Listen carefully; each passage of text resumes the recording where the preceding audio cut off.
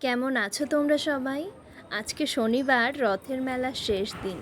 আর রথ মানেই নানা ধরনের গাছ লাগানো। আচ্ছা, তোমরা এইবার রথে কতগুলো গাছ লাগালে অবশ্যই জানিও। আমরা মোটামুটি সারা বছরই গাছ লাগাই, কিন্তু এই বৃষ্টির সময় কিছু কিছু গাছের গ্রোথ খুবই ভালো হয়। কেন কি বৃষ্টির জলে গাছের রিগ্রোথ অনেক বেশি ভালো হয়।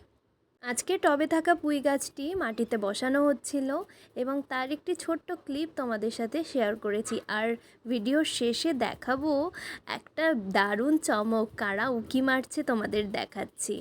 আর দেখো চারিদিকে কত গাছ লাগানো হয়েছে, এগুলো সব আমার মা লাগিয়েছে। আসলে এই গাছপালা লাগানো সময় সাপেক্ষ এবং বিশেষ ধৈর্যের দরকার হয়, আর শখ না থাকলে গাছপালা লাগানো একদমই হয় না। আর গাছ লাগিয়ে ছেড়ে দিলেও হয় না, তাদের বিশেষ পুষ্টির দরকার। কেন কি তাদেরও তো জীবন আছে, বৃদ্ধির জন্য তাদের পুষ্টির জন্য সার পরিচর্যাও দরকার। বৃষ্টির পর এই চারিদিকের সবুজটা দেখতে কি ভালো লাগে। সবুজ মানেই চোখের আরাম। চলো গাছ লাগানো তো দেখিয়েই দিলাম, আর বলেছিলাম না শেষে এক চমক আছে, দাঁড়াও অপেক্ষা করো। দেখো এবার টুকি দিচ্ছে কারা, চিনতে পারছো? মায়ের সাথে দুই বেবি কি সুন্দর করে ডাকাডাকি করছে।